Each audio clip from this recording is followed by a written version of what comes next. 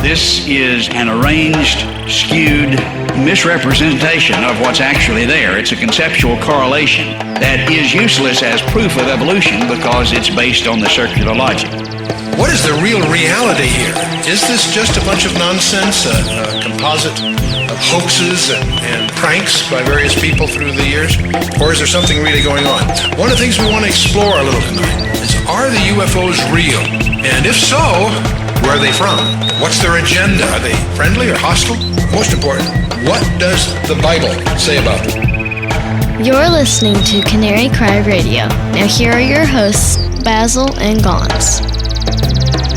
Hey everybody, welcome back to Canary Cry Radio. Thanks for tuning in this week. We've got a very special guest, but before we bring him around, my name is Basil. And I'm Gonz, and our human history is highly debated, especially the last couple centuries with the rise of the materialistic sciences. There's just been a huge debate with the history of humanity. And our guest tonight is right in the thick of this debate, and actually he's discovered and excavated some quite remarkable places all around the earth. Aaron Judkins is a researcher. He's an explorer and a professional archaeologist with a Ph.D. in Biblical Archaeology. He's worked with human fossil footprints for 15 years and is credited with mapping the longest dinosaur trackway in the Western Hemisphere near Glen Rose, Texas. I hope I'm getting this right. He'll correct me when he comes on if I'm wrong here. He's the author of the book, The Alien Agenda, The Return of the Nephilim. He's also released Evolution and Human Fossil Footprints, The Global Phenomenon of Human Fossil Footprints in Rock, and Academic Freedom, Exposing Evolution. And he is recently, just yesterday apparently, released his movie, The Mystery of the Decalogue Stone. I'm butchering this pronunciation. Professor Judkins, how are you doing? Hi guys, I'm doing great. Thanks for having me on. I'm excited. Did I mess any of the pronunciation of some of those things there? But you got everything right up to the Decalogue, and then Decalogue. That's all okay. Right. That's okay. But it is pronounced the Decalogue. Oh man, Decalogue. Come on, Gonz. I know. I got it. Yeah. Okay. Well, hey, no one really knows what the Decalogue is anyway. So the locals over there in New Mexico just call it the Mystery Stone. See, there's some words you can use, Gonz. Yeah, a little Mystery more. Stone. Well, Aaron Judkins, thanks for coming on the show. I'm actually pretty excited to have you on here.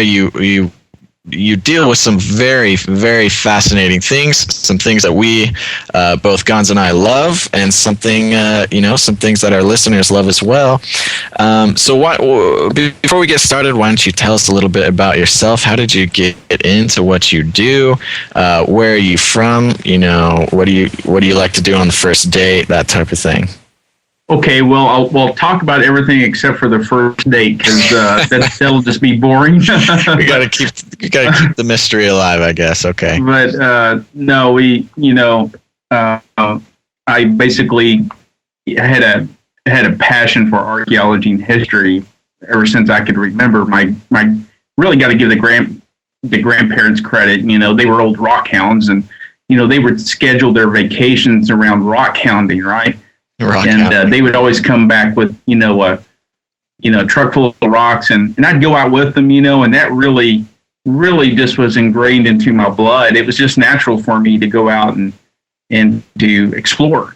And but when I was older and I was trying to figure out what to do, I really had a passion for science, and so I went for the medical field and practiced in the medical field for 20 years.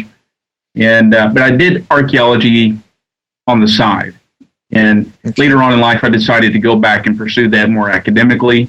Right. Then I really wanted just to dig in, for lack of a better term, and really just get my hands dirty in the field, and that led me to places all around the world as far as archaeology is concerned, and what I found was really intriguing. I'm a Christian. I was raised in a Christian family, but I was taught evolution in public school. Yeah. And so I really didn't know how to reconcile it. I believed the Bible, but I also was taught all this macroevolution, this uniformitarian view that we evolved, and I just never could reconcile that with my faith. And so I just was, a person, and with a foot, in each thing, and one was supposedly scientific, and the other one was just purely theological or philosophical. Right. But it wasn't until later on in life I really understood that there was solid empirical evidence for what I believed, that the Bible was backed up actually by science, and in the archaeological record it was confirmed even through extra biblical sources, and that just blew me away. Right, and that is, I'm already getting a little bit jittery and giggly here, because this is, that is a huge thing for especially listeners of the show, is reconciling, science and secular sort of academia with Christianity, and that's really fascinating that you bring that up. How did you get into sort of biblical archaeology, and I don't know, and how did you gain the freedom to do that? Well, when I was visiting a little town in Texas, southwest of Fort Worth, called Glen Rose, Texas. Now, your listeners may be familiar with that area because it's home of Dinosaur Valley State Park, and it's home to the Biloxi River, and it's home to several dinosaur tracks. But there was a big controversy going on that there were human fossil footprints in the Biloxi. Now, I didn't know anything about those things, but I went there and visited the little Creation Evidence Museum. At the time, they were just in a small museum. And Interesting. What I saw, I really blew me away. I was never taught any of this, and I never heard any of this. I never heard, I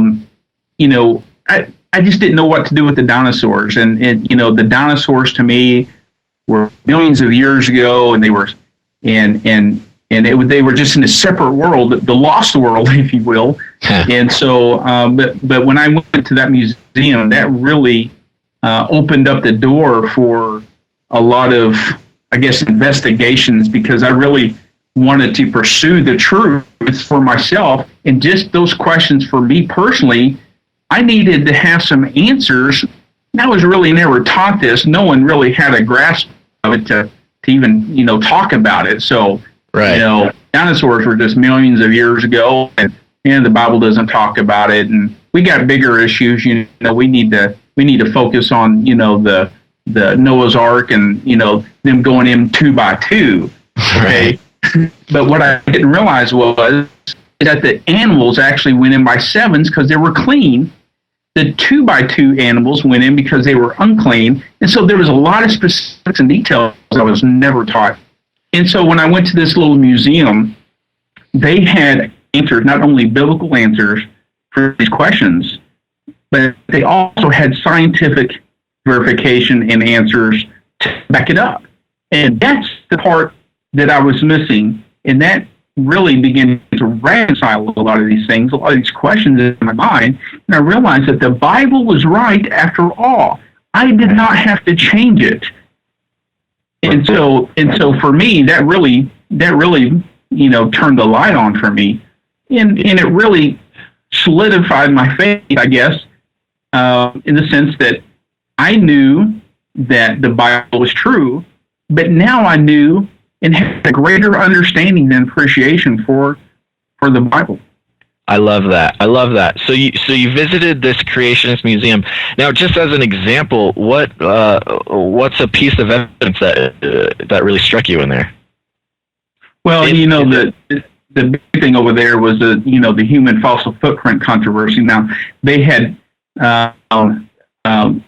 discovered these human fossil footprints in the riverbed. Now, I had no idea about this. I was never exposed to any of this. I was somewhat familiar with the Tailless tracks, but only because of, public education. But that was, 3.6 million years ago, and had nothing to do with me. So, but when I went down there, actually the day I visited the museum, they had an excavation going on, and so I said, well, is there a way that I can go down there and just look and see what they're doing? I said, sure. So I went down there and looked. They had sandbagged part of the area and were working on it. And I wanted to get up a little closer to look. And so they said I can come up. And I saw this trail in situ with my own eyes of these human fossil footprints in the limestone riverbed, which is Cretaceous rock. And so that really to me was, it changed my whole paradigm, because that shouldn't be in there.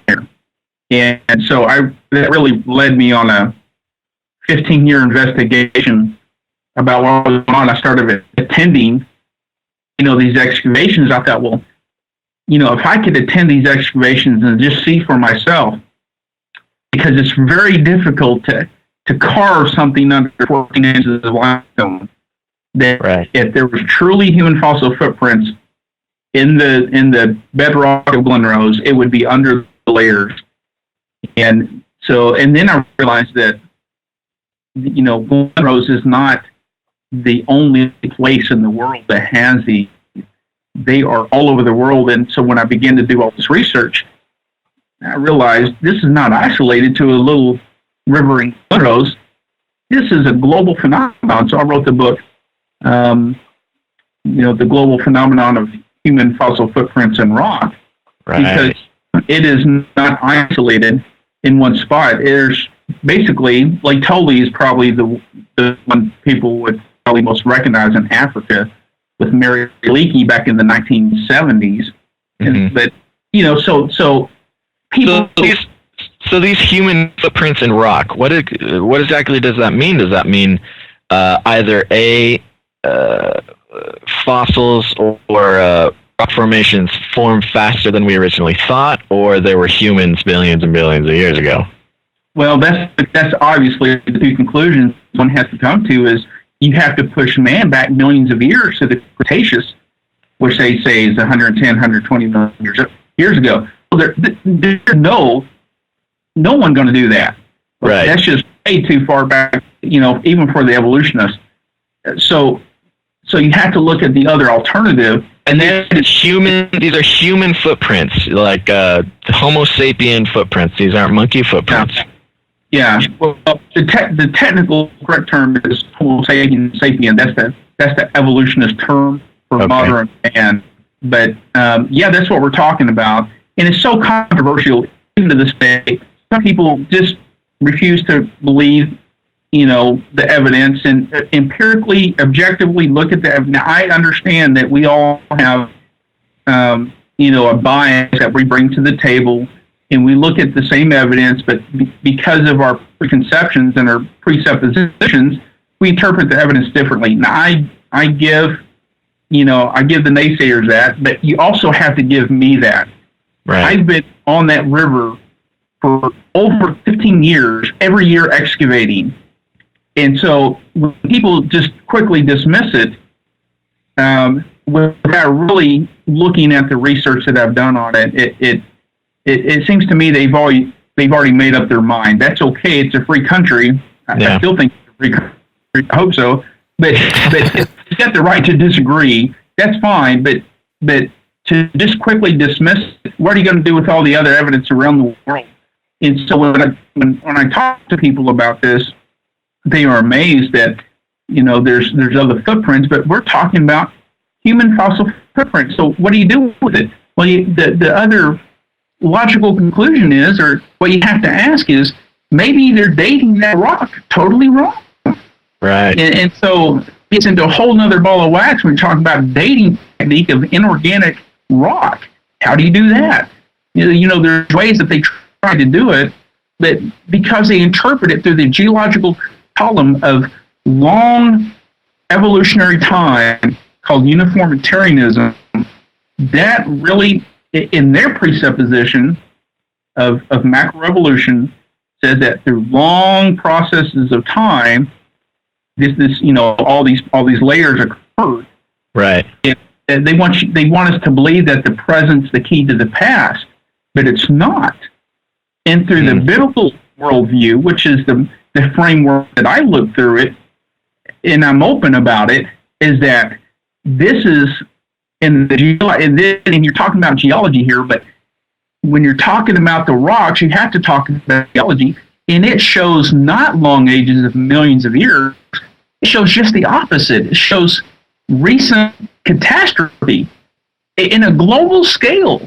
And the Bible talks about that in Noah's flood, and there's evidence to support that. But because of the way the evidence gets interpreted, we have a system that indoctrinates that into the minds and the hearts of the students. And so even if you simply question if evolution is true, you are at risk for not even passing your course. And professors are more open about that now than ever. And science should be self-correcting. You're right. It should be the art of, I say art, but it should be the scientific method, that asking the questions and testing and repeating and observing, predicting, but most importantly, falsifying. Yeah. So when you get into all that, it really fails its own test. But when you're talking about human fossil footprints, it's such a hot topic that people have pretty much already decided either way. But for me, that's how I really got started into the investigation of the evidence on the Biloxi River. So do you think if somebody came at this completely free of any bias or presuppositions, and they started fresh on a clean slate and looked at the evidence objectively, would you say that the creation view has more evidence to support it than what the secular sort of archaeological community is proposing? And what are they? Do they have an answer, or do they just chalk it up to evolution and it's just something that we haven't figured out yet with these human footprints? Well, you get both camps. I've had people from all over the world come. I've had the Japanese come. We've had German television. We've had Nova. We've had 3 major documentaries filmed last year and this year. Wow. They're not out yet. One is going to be out. Both of them are going to be out in 2013, I think. But I've had people from all over the states come just to see Glen Rose evidence. And if the water table is dry enough, now unfortunately it doesn't mean that the farmers get rain, but it's got to be dry. That's the limestone bottom on that river.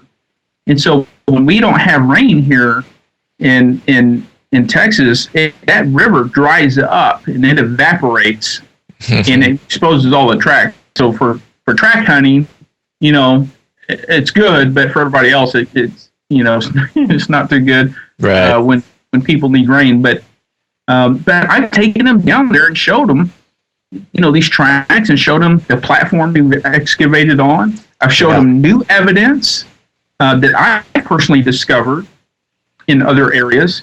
And so, but you get mixed reactions. In most cases, you get people that when they see the tracks and they're in situ and they can see them, then you can see the light comes on and they're questioning, what they've been taught, and they're realizing that, hey, I've been lied to. Right. The Bible's been right after all. The second camp is, I don't see anything because I don't want to see anything, or they chalk it up to just dinosaur tracks, and I can understand those arguments. I'm not dogmatic in my argument for it, to be honest with you. I'm a proponent of it. There's not many proponents of it, I have to tell you that. Right. So I've that's fine. I just present the evidence, let the evidence speak for themselves. It doesn't matter to me if people believe it or not, but I know what I believe, and I'm personally convinced of it. Right. Yeah, I was going to say, you're talking about you have such a wide range of people. I just sort of imagine you've taken down a group of German scientists or filmmakers or sightseers or something and showing them, and then they're just like, oh, I don't know. It's kind of funny. I say this with all respect, but the Japanese, when they come, they have one interpreter, and to interpret. So and I took them down to the river, and they all got a camera, And so after the interpretation is made, they go, oh, and then all the flashes go off. You hear all these cameras click, It was just the greatest thing. We really had a great time with them. But when people come and see this, it's kind of that wow reaction that the Japanese have. Wow, because they're so excited about this evidence, but not only the evidence in human fossil footprints. And I tell people, look, it's bigger than this. Right. If this is all you're getting, you're missing the point. Yes. The point is not about human fossil footprints, and it's not about dinosaur tracks, frankly, even though I've excavated probably up in the range of, probably a couple of hundred dinosaur tracks over 17, 18 years now. And there's a lot of, paleontology guys who teach who've never excavated one dinosaur track. Right. So I've got a lot of field experience, but I just tell people, look, it's bigger than this, and the point is this. It's not about these tracks. The point is, are you going to miss the next boat? Because the judgment came, and people missed the boat, and they perished in the flood. Yeah. And they didn't have to. And look, there's another judgment coming. That judgment was because of sin, and we have a price that was paid. We can never pay that price, but a price was paid for us on our behalf. And now that judgment we're redeemed, and it's a free gift. We don't have to go through that second death, and we can have that free gift of eternal life. So there's a bigger picture, that I use with it, and that really led me into, going and looking at other archaeological evidences around the world. And because of that led me into developing my own ministry called Land versus Archaeology. Right. Yeah, I was going to say, if I put myself in a situation where I was showing some people what you show them and they take pictures and go home, I just kind of want to grab them and shake them and tell them exactly what you just said, that it's not just about the footprints. It's not. I've had people come that were old Earth creationists. Right. And that's a whole nother topic, because I happen to believe in young Earth creation. Okay. But I've had some old Earthers come and I didn't even know it. And I just present the evidence and I let it speak for itself. And and after I do that, they admit, hey, I've held old Earth creation views, and God bless them. They're Christians. They love the Lord, and it's not a salvation issue. Yeah. But they start to say, you know what, maybe I've been wrong in some of these, and I tell people, look, I could be wrong. Yeah. I'm not dogmatic in this, but I know what the Bible has said about it, and I know that there's scientific evidence to support it. And you still are honest and cling to the scientific method at the same time, and that's what's brought you to your conclusions. So yeah, well, you have to have some kind of method that you use. Right. Now, I'm not saying faith doesn't have a place. It does, but Absolutely. Scientifically, these things are verifiable. And even if you look at the big picture in just mainstream science, if you look at the big picture and you look at all the fields, I have a great friend named Joe Taylor. And Joe Taylor is one of my buds. We've dug a lot of dinosaurs together in the years. He's the guy that's got the long beard. He's the director of Mount Blanco Fossil Museum. Right. He just wrote a new book called Giants Against Evolution. Great guys on Coast to Coast as well. Not too long after I was, but Joe is Joe's a guy that knows bones, and we've done a lot of work together in the past. So these things are I guess most people don't delve into them because they don't have time. They don't want to get out in the dirt, and it's hard work, But I like to do it, and I simply try to present the evidence in a clear fashion for people to make up their own mind. That what I found clearly refutes the theory of evolution. That's great. I love that. And I love also how wide your study goes. And Gonz, I hear you doing something over there. Got something? Well, yeah, just a couple questions just to kind of keep digging in here. I want to get to the Nephilim and the aliens eventually, but I kind of want to ease into it. But you have a book called Academic Freedom: Exposing Evolution. And you had just mentioned how, your friend there that wrote the book about giants and how that sort of puts a little problem in the theory of evolution there. But what's been some of your research based on exposing evolution? What is it that led you to title your book that, and just some of the evidence that clearly indicates that there are some major problems with evolution that gets taught in, I mean, I had the same thing. I grew up, I did not grow up in a Christian home, but I had the secular education. Evolution was just taught as fact. I recall even in college asking the professor questions about it because I was just curious about it, and some of those answers were unsatisfactory, which is interesting because, I wasn't saved at that point, but I still had questions, and I was still doubtful of evolution even then. So what are some of the things that you found that had led you to write that book, and how it all ties in together as we sort of march towards the whole idea of the Nephilim and giants and all that stuff? Well, I get into several aspects in the book about geology, about the cell, about the fossil record, and so I kind of hone in, talk about horse evolution, but I just tried to hone in on several of these subjects and to zero in to show that that evolution has never occurred. And so, for instance, in the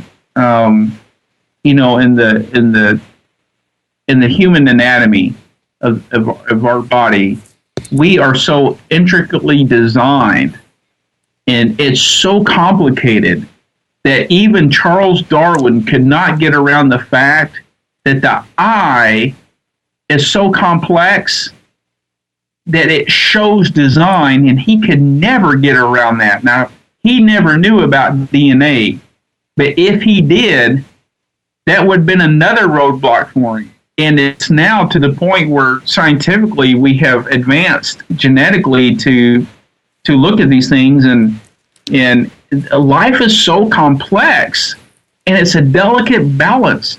If you just removed one function of the cell, say the mitochondria, or the Golgi bodies, or the ribosomes, or any function of that cell, and you just remove one part of it, it dies.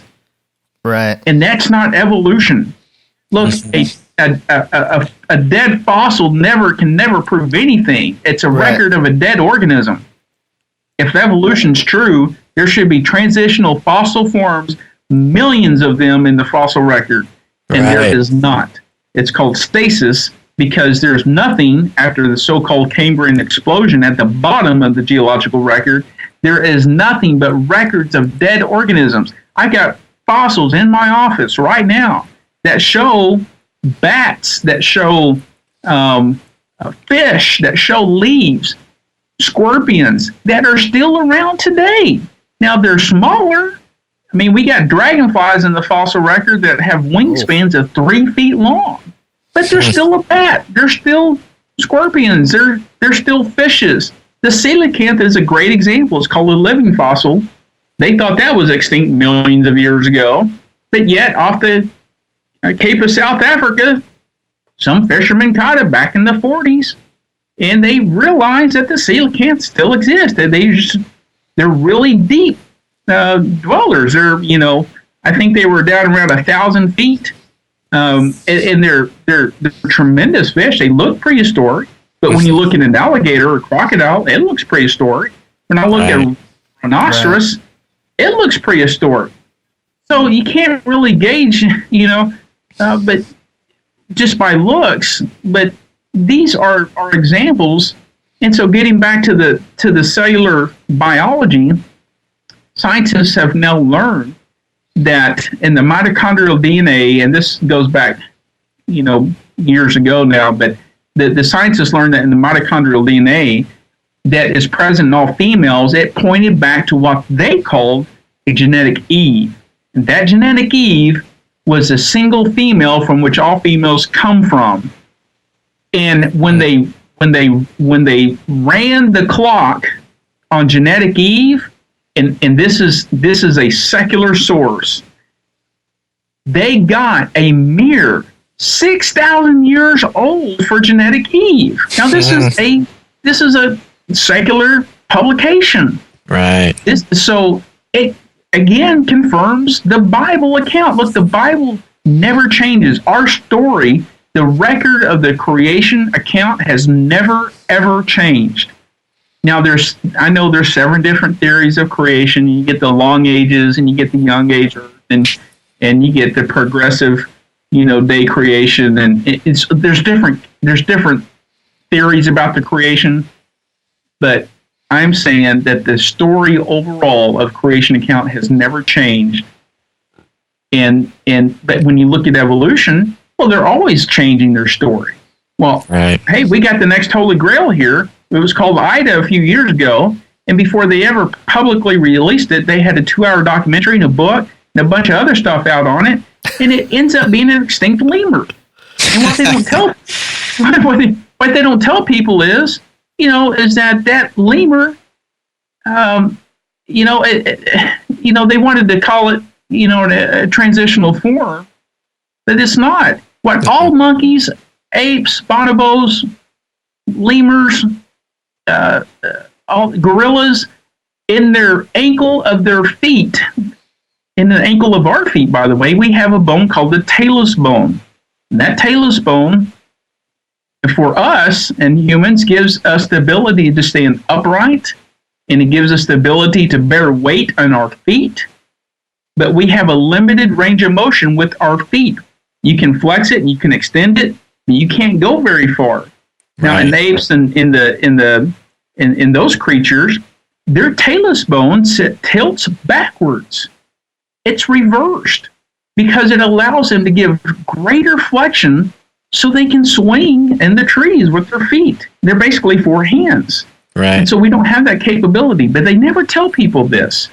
The Smithsonian, had a display, and I believe it's still on display, called Morgie. And Morgie is a little rat, and they spent $20 million on Morgie, and they put it in a nice life-size bronze at the height of the children, where they could come out and pet and meet their great-great-great-great-great-grandmother. Oh, yes. So this is really how evidence is being presented in a very, I believe, misleading and basically, it's just downright, false information. It's misleading people, and it leads people away from the truth. In the Chicago Field Museum, they depict Lucy with white sclera around her eyes to depict a soul in her. Right. Just like we have white sclera. But look, when you go back and you look at all the feet of the Australopithecus afarensis and Australopithecus africanus and all the Homo line, okay, in the supposed transitional line, all their feet are human. They're never changed. There's no transitional there's no evolution going on.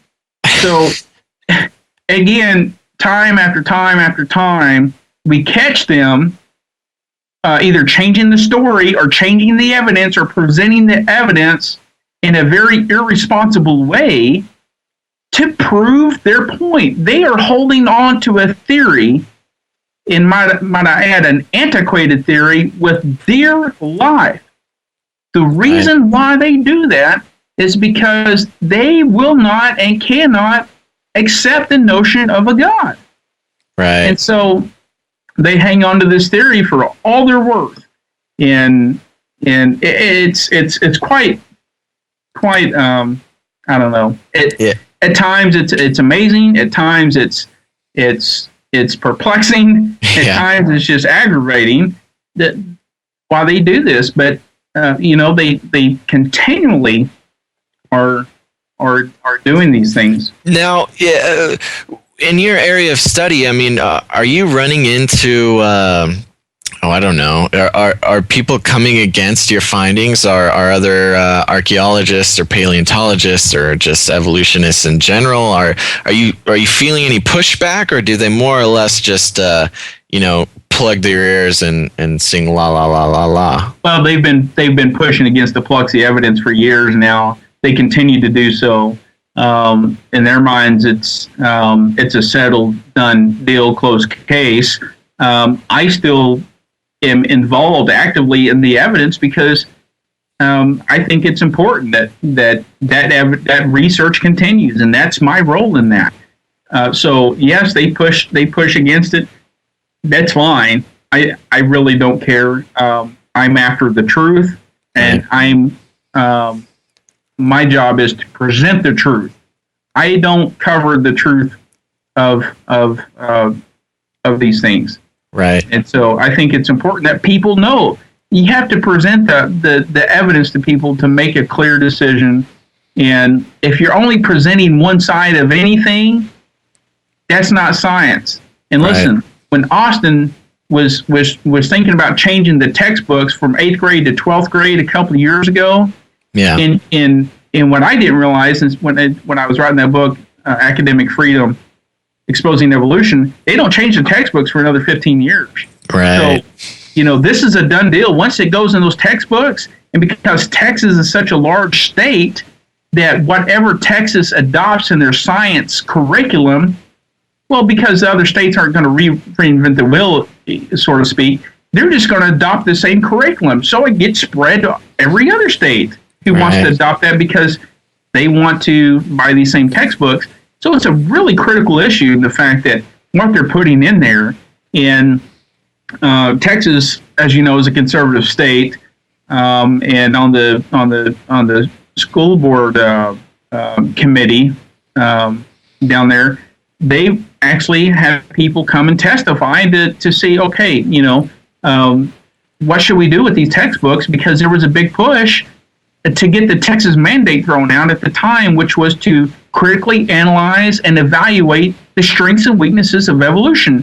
And the evolutionists wanted that mandate thrown out. That is bizarre. And my thinking is, why? That is supposed to be science. If you're really scientific, you need to allow students to be able to critically analyze the strengths and weaknesses of any theory.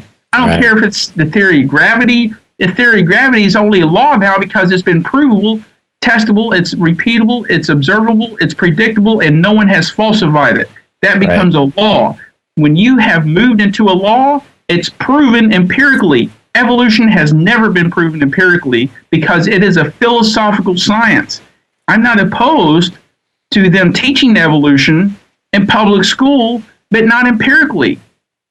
I think they should teach it as a philosophical science and open up the side of the creation debate and say, we're not here to teach you any facts.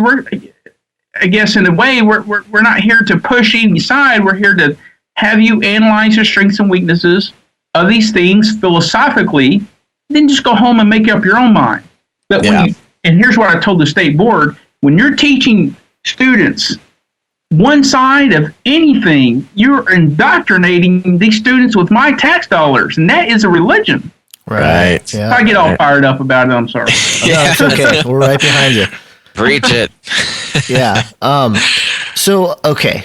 Some of the things that I'm really curious about, because you've done some excavations now, have you come across, or do you know people that have come across some bones that resemble, I guess, giants or Nephilim, or, we can sort of define what they are, but that's really interesting to me because I've seen, we've seen the photos and then I know a lot of them are photoshopped and stuff like that, but there are some, I guess you can call evidence that leads some of the fringe people to believe that there were actual giants that walked around, and certainly, I think, biblically speaking, that's in the Bible.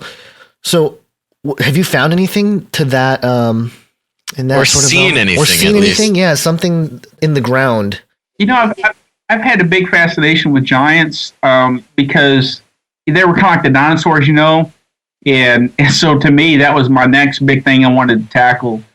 And so I began to really look into the giants and the Nephilim, and that really led me into the book, Alien Agenda, The Return of the Nephilim. It's not about aliens, by the way. Right. But yeah, the Nephilim were real. And the Bible talks about them in Genesis 6. And Nephilim is Hebrew for the fallen ones. Right. Now, people want to use that term interchangeably with the fallen angels. The Nephilim and the fallen angels are not the same. They are two different entities. Right. The fallen angels are those fallen angels that rebelled and fell with Lucifer. Their offspring were the Nephilim. Right. And that so that's a whole other thing I address in the book. But I really wrote the book to refute the theory of cosmic evolution, which now they're claiming that our life was seeded from ETs from other planets, by the way, and I not only refute it, I rebut it. Right. So, absolutely. But yes, I talk about some of those things in the, archaeologically, things that were found in the book. We do have a chapter on giants in the book, and this summer I was going to head. There's a museum. I'll keep it unnamed, but they have known archaeological remains of giant skeletons. There we and go. They're the real thing, and there's real artifacts associated with them. And they've been documented in the past. But when I called to let them know I was coming, they were very resistant. Right. Because they've already got exposure, and the museum unfortunately did not want any more exposure to that because they just don't know what to do with them. They can't explain them because it doesn't fit with the theory of evolution. So guess where they put them? They lock them down in the basement, shut the door, and no one sees them, which is a real shame because I was headed there specifically to see those. And we really wanted to just, document them. Yeah. Unfortunately, over the years, there's been a lot of cases where giant remains have been found in North America. Now, especially the Middle East. But here in North America, there's been giant remains found. And we document a lot of those in the book. In Rockwall, Texas, I went and did a Man versus Archaeology episode with Joe Taylor at Rockwall, Texas, near Dallas, who back in the 1800s, the residents who were founding the town of Rockwall hit a ancient rock wall while they were digging a water well, and for all intents and purposes, it was 40 foot down, and it looks like a man-made structure. So they named the town Rockwall. Supposedly, in the 1800s newspapers, when Rockwall got founded, the newspaper came in and they printed in two separate printings of giant remains being found at part of the rock wall with a door that the men entered in, and one of them was the town doctor, I believe. But they went in with torchlight, and they found some giant artifacts.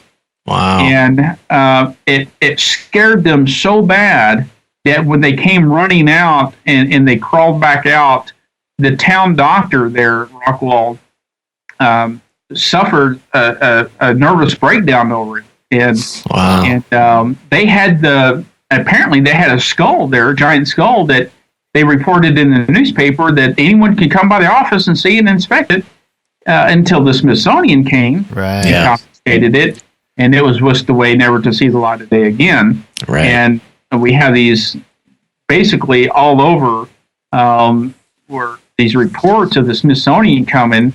One of my colleagues, Joe Taylor, L.A. Marzulli is a big proponent of trying to get the Smithsonian, as well as myself, to the Freedom of Information Act, for them to release what they have.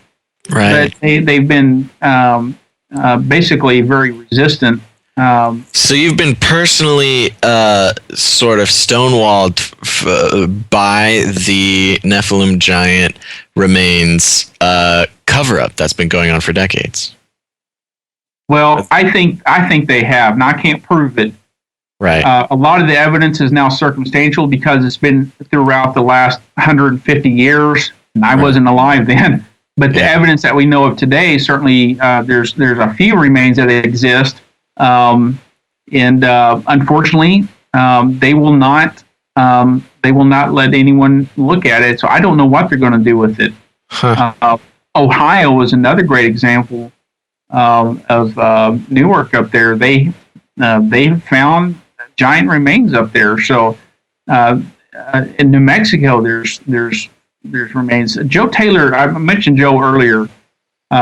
Joe Taylor is really has a wonderful book, if I can plug his book, called Giants Against Evolution, and he's really nailed it. You get basically you get the first half of the book talks about giant humans, and then the second half of the book is giant animals throughout history. But Joe really nails it and has done a wonderful job in documenting a lot of these giant remains that have either been exposed by people in antiquity or up and through recent times. But unfortunately, most of these things are either destroyed or they're never seen again, or they're taken by the Smithsonian. And I think there's a cover up. Now, I'm not all big on the conspiracy thing, but when you don't know what to do with the evidence because it doesn't fit within your theory, within your construct, and you don't know where to put it, well, there shouldn't be any giants. If evolution's true, there shouldn't be any giant remains anywhere. So I think that they have really suppressed the information, and that really does a disservice to the public and to academia. Now, what do you think the idea of giants and the Nephilim and the sons of God and the whole Genesis 6 account is by and large fairly ignored by most churches? They don't really get into that. Do you think that if there is some sort of archaeological breakthrough, that the church would sort of wake up to some of these things and look at some of these passages in a different light and help them grasp that, like, hey, there was an event that these B'nai Ha-Elohim, these sons of God who came down and mated with the women, and they had offspring, that were called the Nephilim. And there have been several researchers that have made the assumption that this is where we get our mythologies from of, demigods and Hercules and stuff like that. And also hybrid animals, different kind of mixture of different species and stuff like that.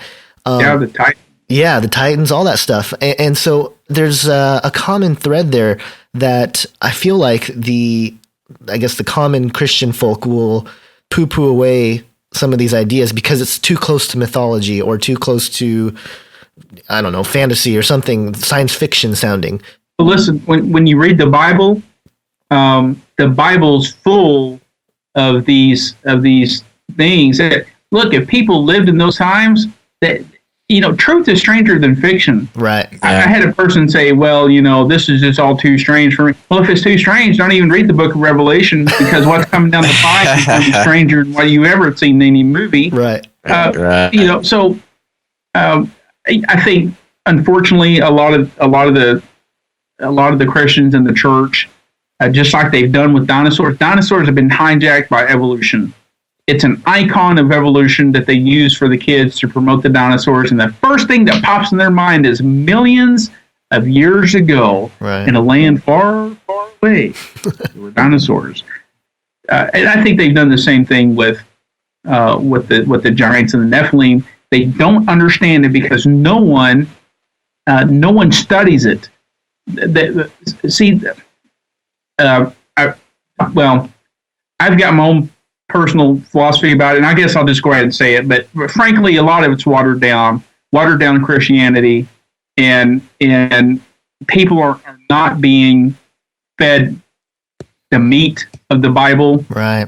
and they're all on milk. And I say that with all loving kindness.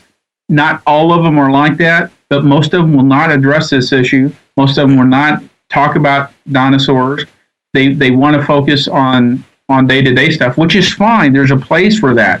There's a place for devotionals. There's a place for Bible study. There's a place for, doing those things. But the word is much, much more than a cultural get-together.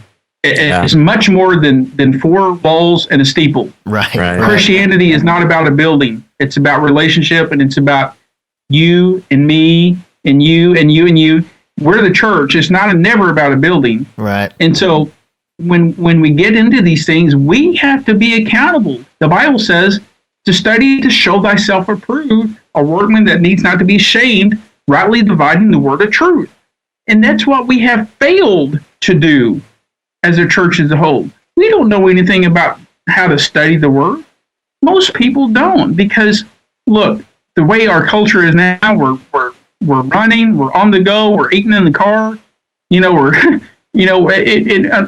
Unfortunately, a lot of people have busy lives, and to sit down and really take the time to study anything, just to sit down and read a book. I'm a book guy. I love books. I got a library full of books, but just to sit down and read a book anymore is hard to do. To sit down and find time just to do what you love to do, whatever that may be, going fishing, reading a book, whatever hobby that you've got. A lot of people have time management issues, and so I think people are really have, just because of the nature of our culture. Right. I think that plays a big role in it too. But pastors should be really responsible for teaching the word and to really give Christians an answer. Paul has told us that we need to have a ready answer and to give a hope with the reason that we have within us to tell people, to be instant in season and out of season, to be salt and light. There we go. And we have failed to do that. And that's why I wrote that book, Alien Agenda, The Return of the Nephilim. It's not because I believe in aliens. Right. It's because Christians do not have a fundamental understanding, nor do they have an answer to give for the UFO phenomenon or life on other planets, i.e. cosmic evolution, and how to refute it. Right. They don't know the answers to that. They don't even know how to address it. They don't know how to even ask a question. But someone ask them, what do you believe about UFOs? Well, they don't know. Well, what do they believe about dinosaurs? They don't know. Well, what do you believe about giants in Genesis 6 and the Nephilim? They don't know. And so someone's got to come up with the answer to say, this is the biblical approach to the answers for these things. The Bible is not silent on these issues. You just have to dig this out. It's like digging for gold. Ain't nobody going to go around. If everyone picked up a gold nugget on the surface, we'd all have something.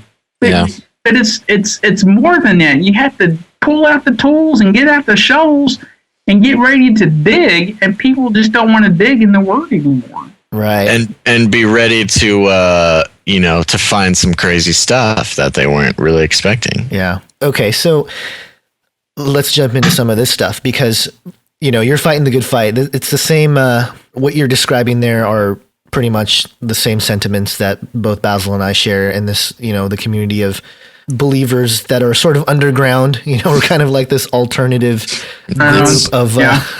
Hey, the home churches are coming back, man. Yeah, definitely. I'm just saying. So in Matthew 24, we read Jesus say, as in the days of Noah, so it shall be in the coming of the Son of Man. And there's been a lot of speculation on, does that mean the Nephilim are coming back? Does it mean, because I've heard both sides of the argument. You go on and read that passage and you see that he's talking about, there'll be business as usual. But, my argument has always sort of been business as usual in the days of Noah was hybrid giants walking around, and I know part of the issue is that we've watered down that story to a kid's story, right? They have a poster for the kids, and it's a very nice, people were bad, they were hitting each other over the head with sticks or something, so God was angry and he flooded the earth. Well, there's a lot more to it. Now, your title has the return of the Nephilim. Is that sort of just a play on words, or do you actually believe that we are going to see Nephilim come back? Well, when I started studying about the Nephilim and the UFO phenomenon, I really had to address this from a biblical point of view, and that's why I wrote the book, but also to give, the New Agers an opportunity to look at, this through a biblical viewpoint. Look, if you're going to study every book in the world, you might as well pick up the Bible and see what it has to say if you're going to be open to all the others. So I think, yes, I do think that the Nephilim is going to come back. Some people think that they're already here. Some people think, no, they're never coming back. And I've got good friends that believe both.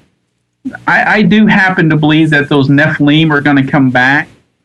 And there's a reference over in Daniel, Daniel 2, that says that they will mix themselves with the seed of men, right? And they shall not cleave to each other. Mm-hmm. And so you have to, when Daniel's looking at these, when Daniel interprets that statue for Nebuchadnezzar, and this really kind of blew me away, but when the king had that dream and said, I can't remember the dream, and Daniel was called up to interpret the dream. Yeah. And he said, you dreamed of the statue. There was a head of gold, which was Babylon, which is the king Nebuchadnezzar of Babylon, which was him. This represents the Gentile empires, by the way. The chest and the arms of silver were the Medo-Persian Empire, which was to come next. The belly and the thighs of brass was the king of Greece, and we all know who that was. He's called the rough goat, by the way, in the Bible. That was Alexander the Great. You had the 2 legs of iron, which some say are Rome, and then which I don't believe that, but that was the next world empire. And but here's what I want to get down to: those 10 toes, and that's it. That's the last of the Gentile rule. And guess where we're going to be at here, coming down the pike here soon, is down to those 10 toes. That's the same 10 horns of Revelation as the 10 toes of Daniel, and it's iron mixed with miry clay, and they do not cleave to each other. Right. The point is that they shall mingle themselves with the seed of men, and they shall not cleave to each other. And you have to ask yourself, who is the they?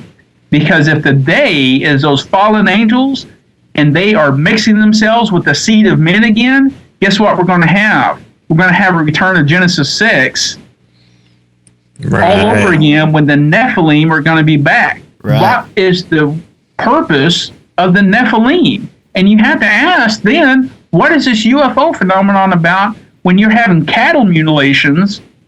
And look, people in South Texas and all over the South here who are cattle farmers, they're ranchers, they have no agenda to say they saw anything, especially UFO. Right. These guys, okay, they chew tobacco and they say, they're rough guys, They have no agenda to say that they saw anything. Why would they ever claim that something mutilated their cow and they don't know what it was? Right. So you have these issues going on, and you have to ask yourself, what is going on when people are abducted, when cattle and other animals are mutilated? There's something weird going on. It's undeniable. It's a proven fact. You gotta ask the question: is something going on that was going on back in the days of what? Back in the days of Noah?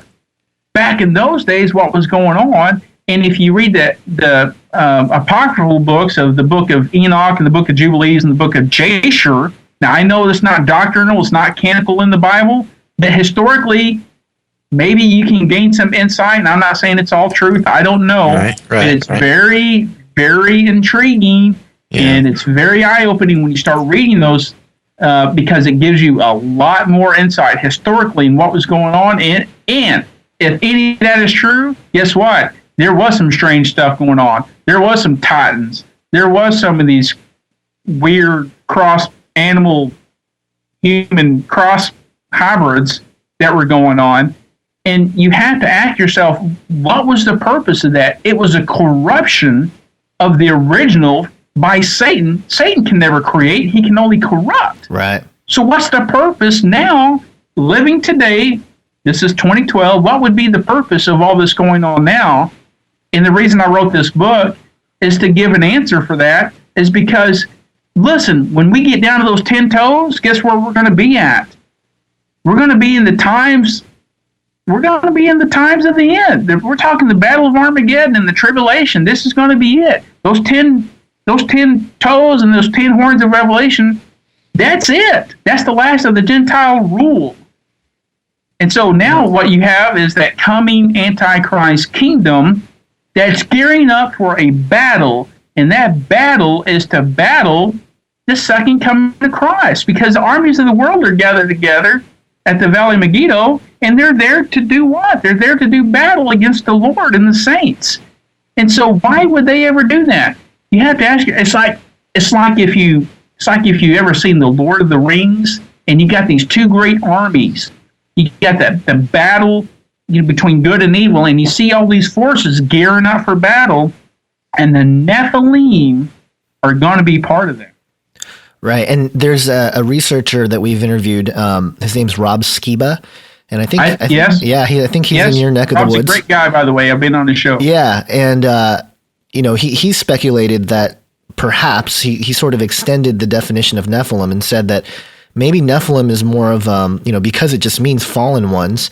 It could mean just a genetic abomination, just something that where the lines of the species or our kind were crossed, and in that sense, what we're doing in labs, our biology labs and things like that, are sort of akin to what these fallen angels did, and I find that whole side of things interesting as well. And as with Canary Cry Radio, we talk a lot about technology and transhumanism, and just this concept. We believe it's a spiritually led charge of the Antichrist. Well, that certainly is a very plausible idea that Rob has.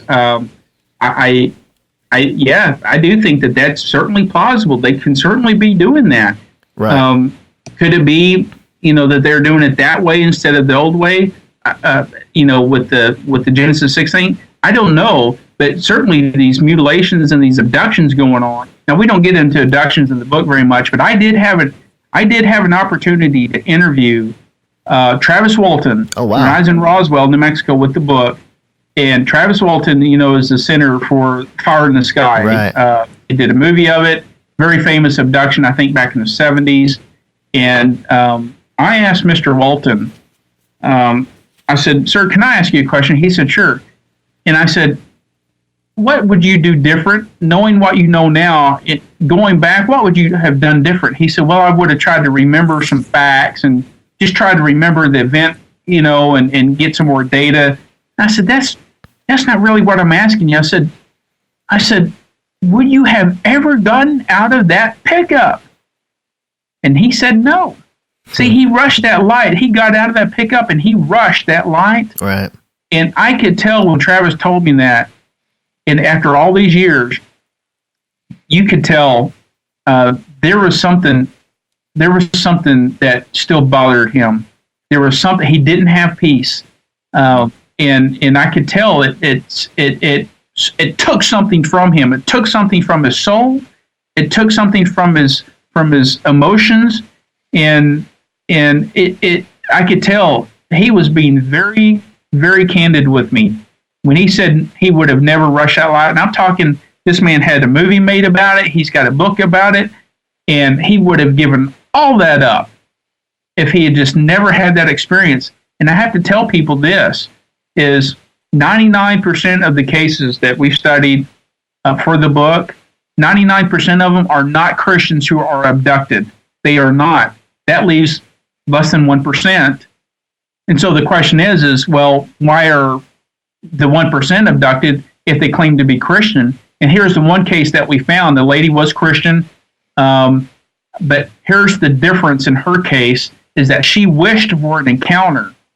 And when they came, they didn't force her. They didn't abduct her against her will. She didn't lose 3-4 hours of time. Now, in Travis Walton's case, he lost a week of time.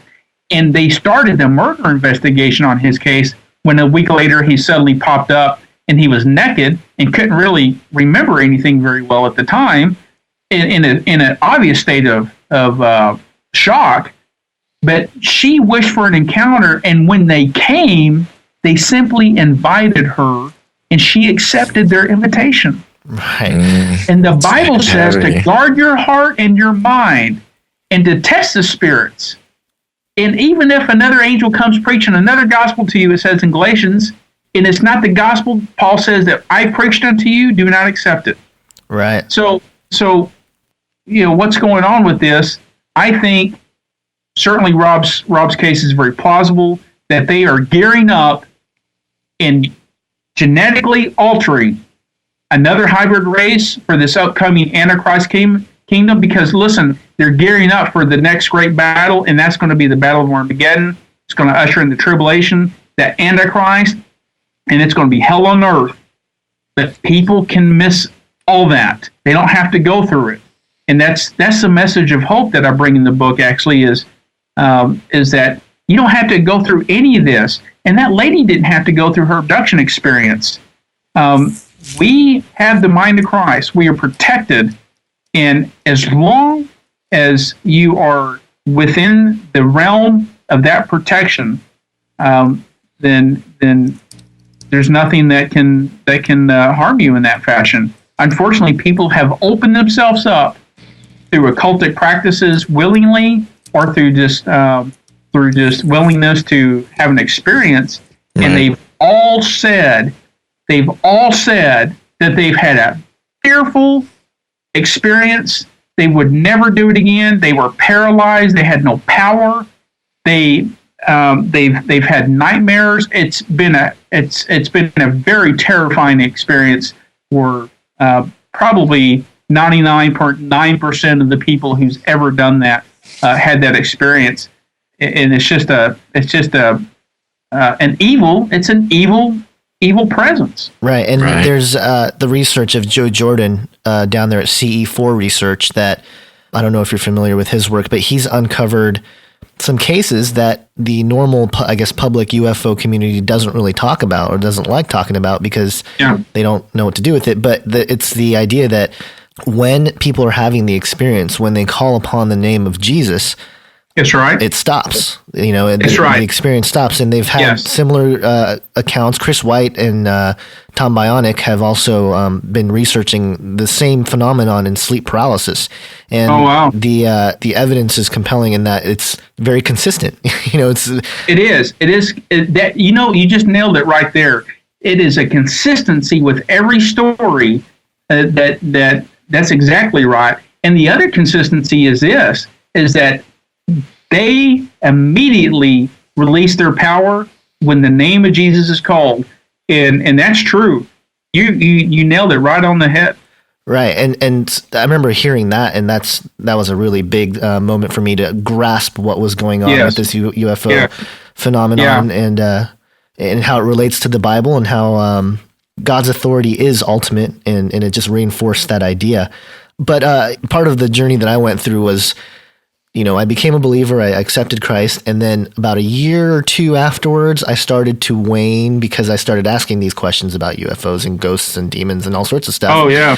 And one of the places that I found answers, which weren't really good answers, was, YouTube or just, different articles and stuff like that, all having their own take on what the UFO phenomenon is and whatnot.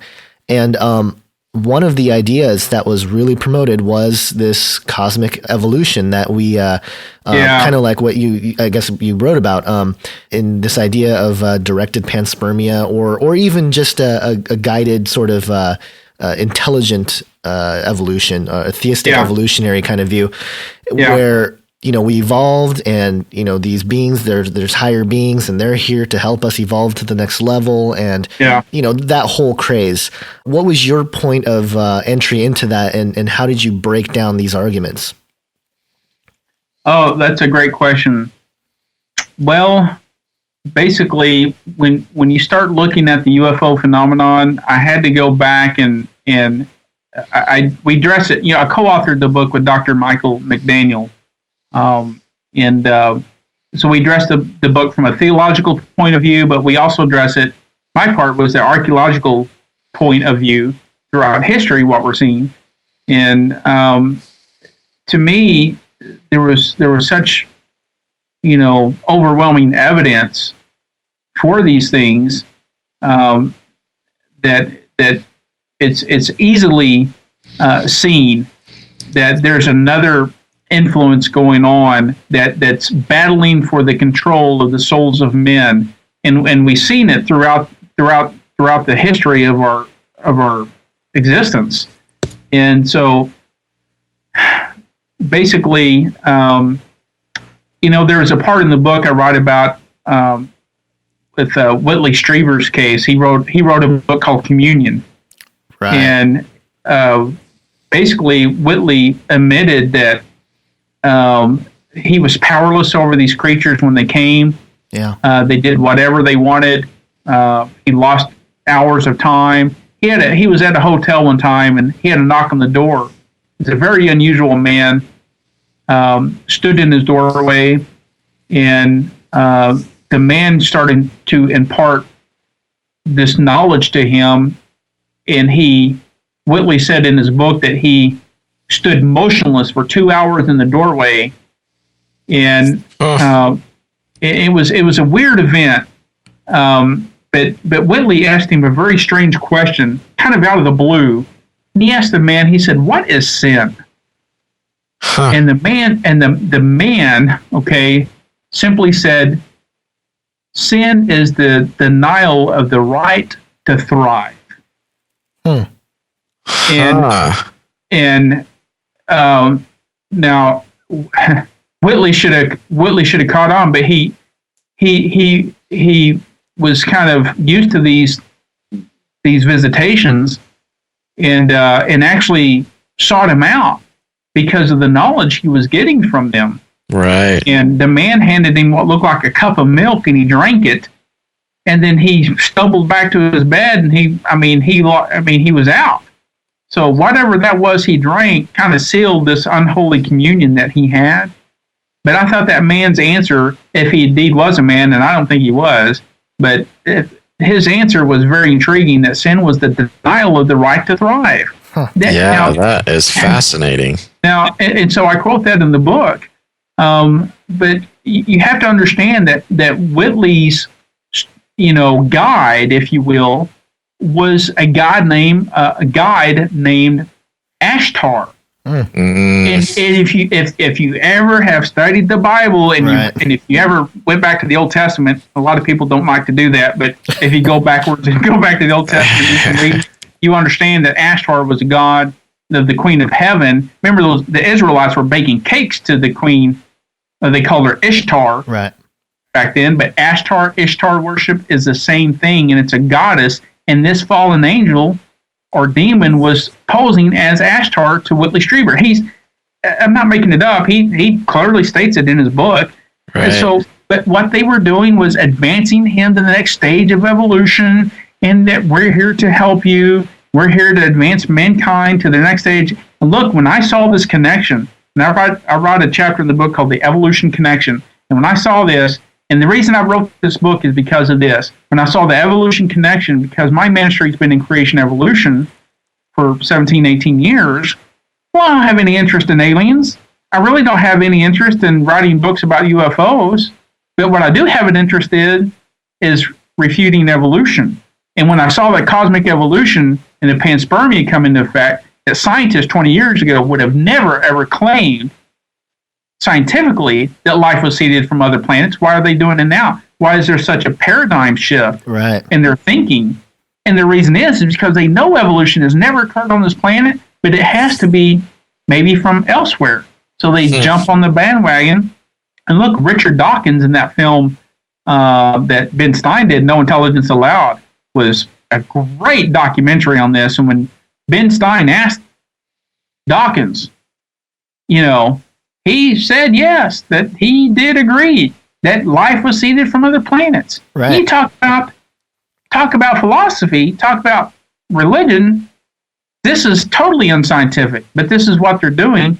And so when I saw the connection, that specifically the evolution connection with this panspermia, cosmic evolution, ancient alien theory. And by the way, the interview y'all guys did with Chris White on Ancient Aliens Debunked was great. Everyone needs to listen to that interview and then go watch the documentary Chris White did on Ancient Aliens Debunked, because I have been wanting to do that for a long time. Matter of fact, I had to go back and watch a lot of those so I could kind of get what they were saying on the other side when I was doing research for the book. And matter of fact, the History Channel had some of my work on the dinosaurs. And I was a little concerned about that because I told them, look, you cannot be having these dinosaurs coming from ancient aliens. That's just not going to happen. But I've been wanting to kind of refute that myself. And so that was just a great interview and a great job that y'all did and Chris White did with the film. Well, thank you very much. Shooting that. But when I saw this evolution connection, I realized that here's the next stage. It's not a physical evolution. The next stage is coming down the pike.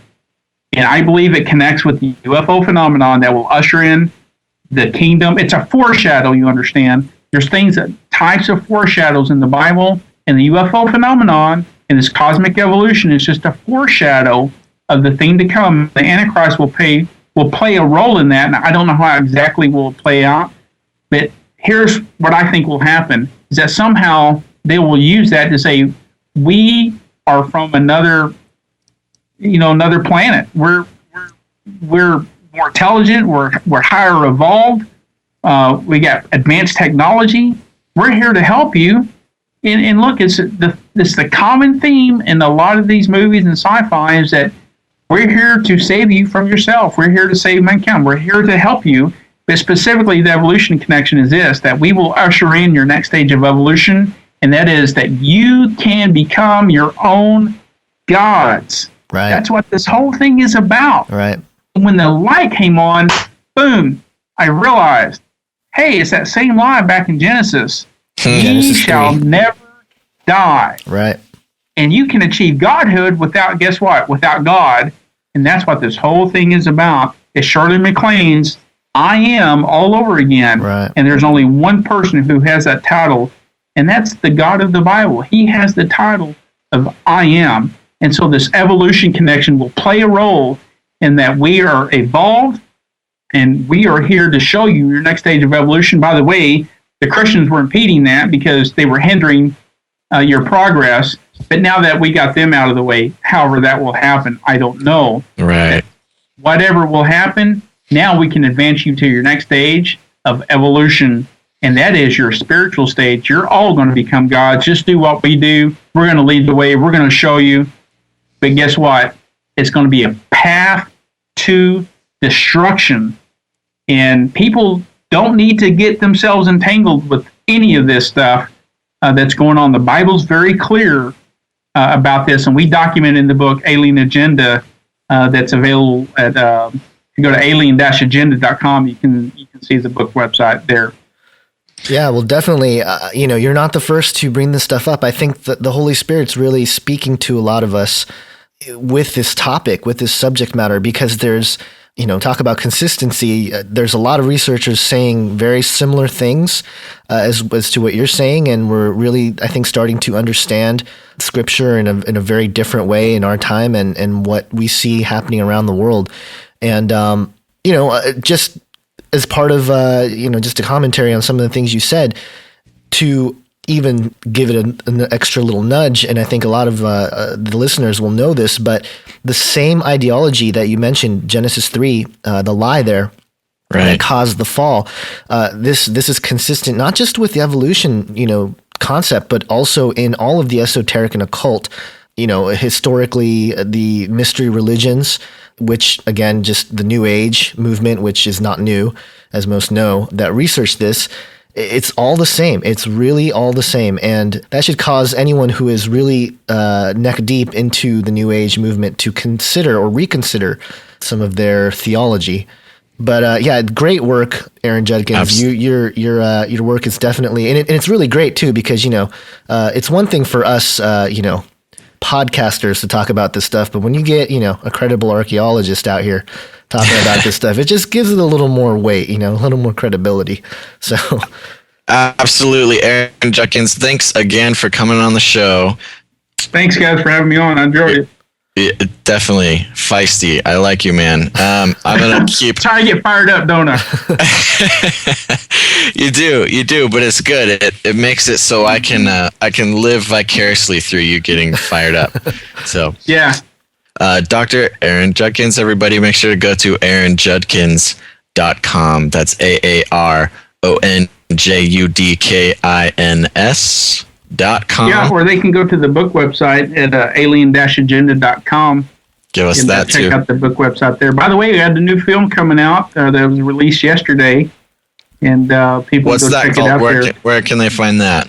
It's called Hidden Mountain and the Los Lunas Mystery Stone, and it talks about the Decalogue on out there in the deserts of New Mexico, Paleo-Hebrew in the desert of New Mexico. Ooh. And so we do a documentary on that. There's a big debate on what that was, and so we just took the Man versus Archaeology crew out there, and we did a documentary on it. Took some scholars out there, and that film was released yesterday. They can go to aaronjudkins.com, or they can go to facebook.com / Man versus Archaeology. You can find me on Facebook there, Man versus Archaeology.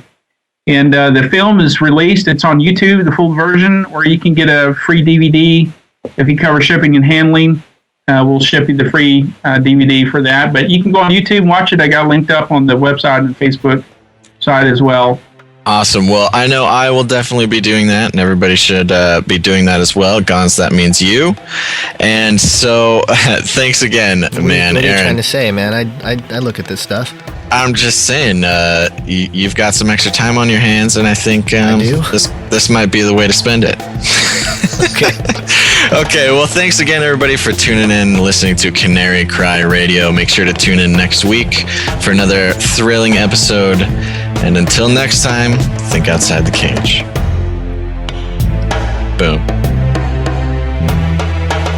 Thank you for listening to this episode of Canary Cry Radio. The show notes for this episode and many others are available at canarycryradio.com. Make sure to connect and like our Facebook page at facebook.com/canarycryradio. Follow us on Twitter at Canary Cry Radio. If you would like to share the show in video format, you can find us on YouTube by searching Canary Cry Radio. Review us on iTunes with 5 stars and give us a thumbs up on stumbleupon.com. We would like to thank those of you who have given us your support, prayers, and donations. If you would like to join us and support Canary Cry Radio financially, you could do so by visiting canarycryradio.com and clicking the support tab. Thanks again for listening, and until next time, remember to think outside the cage.